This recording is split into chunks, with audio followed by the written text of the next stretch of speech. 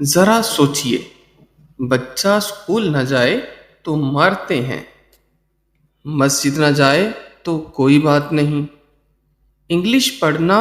اور بولنا سیکھ لے تو خوش، قرآن پاک نہ پڑھے، دین نہ سیکھے تو کوئی بات نہیں۔ دنیا کی طاقتوں سے بچے کو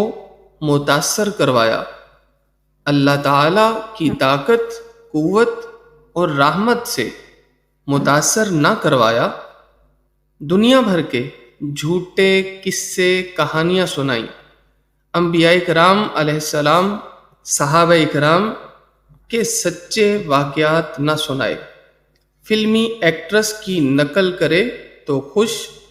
نبی کریم صلی اللہ علیہ وسلم کی سنتوں پر عمل کرے تو مذاق اڑاتے ہیں۔ افسوس